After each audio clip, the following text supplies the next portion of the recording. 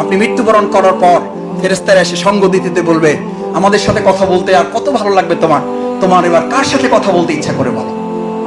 সে বলবে, আমার বাবা কত আগে ইন্তেকাল করেছেন, 25 বছর 50 বছর 100 বছর আগে ইন্তেকাল করেছেন, আমি আমার বাবার সাথে একটু কথা বলতে চাই। আল্লাহ তাআলা ফেরেশতাদেরকে বলবেন,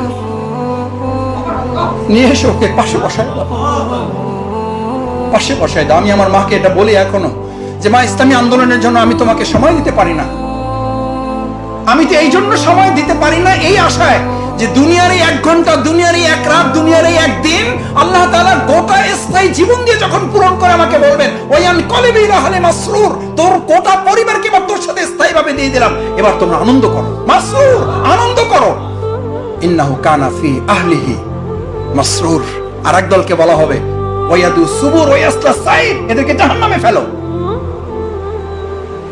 আমরা তাদের জন্য দোয়া করছি, আল্লাহ তাদের মাফ করুন যারা পরিবারের কারণে, ব্যস্ততার কারণে, অফিসের কারণে, দুনিয়ার কারণে আসতে পারে নাই। আল্লাহ তাদের জন্য এবার ধিক্কার দিচ্ছেন। ওয়ায়াদু সুবুর, কপাল পোড়া, বদনসিব, ও বড় যত চাকরিজীবী হোক, ওর যত বড় স্যালারি থাকুক, ওর যত বড় ডেজিগনেশন স্ট্যাটাস থাকুক, ওর কপাল পুড়েছে।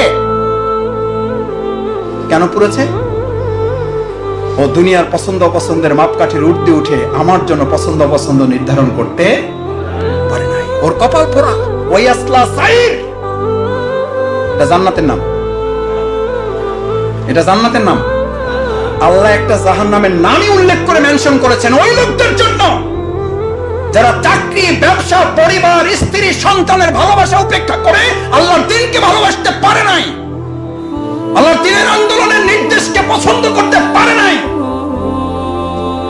ওয়ায়াসলা সাইর, ওয়ায়াসলা, দেরি করবা না। দেরি করবার ব্যাখ্যা বলা হয় ওর কোনো হিসাবই দরকার নেই, হিসাব নিয়েও টাইম নষ্ট করা যাবে না। ফেরেশতাদেরকে নির্দেশ দেওয়া হচ্ছে, ওয়ায়াসলা সাইর, দ্রুত ওরে কোথায় ফেলাও? ওরে জাহান্নামে ফেলাও।